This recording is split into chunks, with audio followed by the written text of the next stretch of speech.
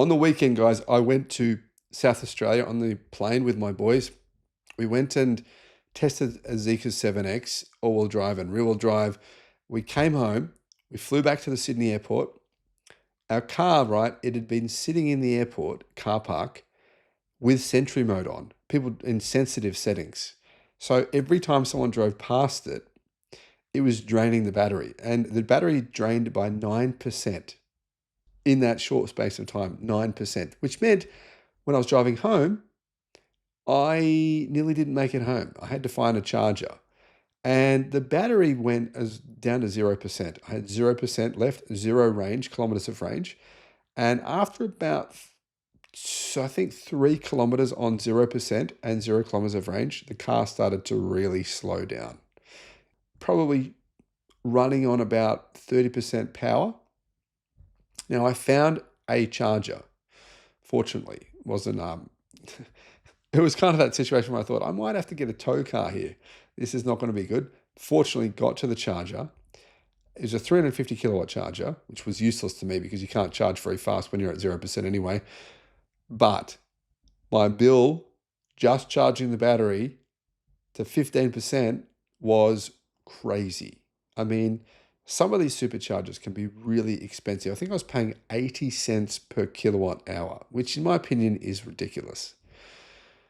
And I think we need to actually point something out. Some of these EV chargers are ripping us off. Fortunately, Tesla's network is now open to everyone. And much like in the United States, Tesla superchargers are much cheaper than the competition. In fact, some superchargers are literally 1/3 of the price of their non-Tesla rivals. This is just wild. And I think we should be pointing this out. This is just like price gouging. Hello, my friends. Welcome to the channel. I'm Sam Evans. You're watching the Electric Viking. YouTube's new algorithm means that you're often not getting all of our videos in your feed. There's 7,500. I'm pretty sure you're probably not seeing a lot of them. In the description, there is a link to our newsletter. Click on that and you can get an update every day of all the latest news in the electric car industry. Riz from Carloop and The Driven has reported that Tesla continues to roll out new superchargers at a rapid pace around the world, but also here in Australia. Last month, Tesla opened the biggest fast charging site in Australia, a 20-stall Tesla supercharger facility in the city of Goulburn in New South Wales. It's perfectly located because it's like part of the way from Sydney to Melbourne, and it's right near the freeway. It makes trips in an EV between Sydney and Canberra or Sydney to Melbourne way, way, way better. I mean, this is for me the perfect location. Driving from Newcastle down to Melbourne, it couldn't be better suited for me. And obviously, Tesla now has fixed some of the gremlins that EVs that were non-Teslas were facing when trying to use Tesla superchargers. And now pretty much, not all of them, but most Tesla superchargers will work with a non-Tesla EV. Tesla has opened up 3 other sites as well since then, including one in Western Australia, which also is compatible with other non-Tesla EVs. According to The Driven, the new supercharging site with 6 V3 supercharger stalls in Western Australia that is rated at up to 250 kilowatt each just opened in the town of Busselton. This is a major problem area for Australians, yeah? This is right near Margaret River, and I used to actually live near this area for a little while. I loved it. It's an amazing part of the world. But I've heard chargers are a big problem. A lot of people living in Perth, which is one of the most isolated city in the world, they have problems because they drive to Margaret River and there's just not enough chargers and they're just sitting there for hours trying to charge. So Tesla, very intelligent, very good place to put these superchargers. But here's the thing, Tesla's chargers are going to have probably people waiting for them because they are so much cheaper than their rivals. These chargers are open to Tesla vehicles with a base rate of 52 cents per kilowatt hour, making this location one of the most affordable fast chargers in the country. It's an isolated area where Tesla could charge a lot more than that if they wanted to. There's just no competition, but they've chosen not to, which is pretty cool. Another supercharger to open includes the Balcombe Hills in New South Wales location, which is in the Hills District of Sydney, says Riz. It has 4 V4 supercharger stalls with pricing starting at 40 cents per kilowatt hour at certain times of the day. That's though for Tesla vehicles. Non-Tesla vehicles, the prices are 55 cents per kilowatt hour, which is still cheaper than their rivals, which are around about 80 to 90 cents per kilowatt hour, depending on the location, of course. Now, apparently there's also another location in Melbourne, says Riz, Keysborough, a southeastern suburb of Melbourne, 6 V4 supercharger stalls.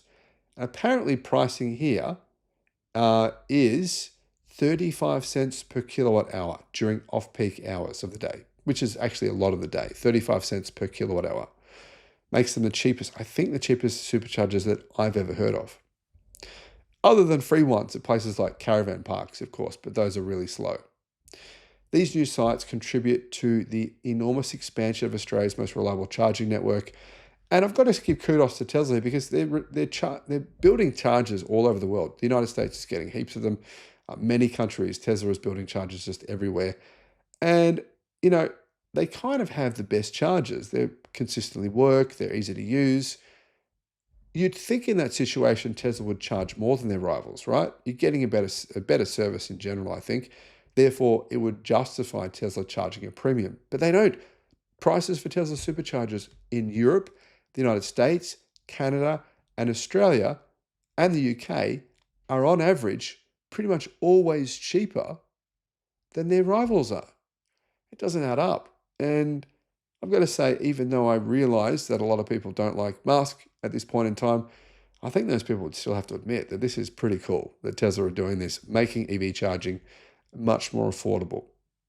There was a story on what is becoming a clickbait website, Car Expert, recently, with some of their wild conspiracy theories around EVs, saying that EVs lose 40% of their range in temperatures in Australia, which is crazy, not true. Anyhow, in that article, they said that it's more expensive to travel in an EV if you don't charge at home in Australia.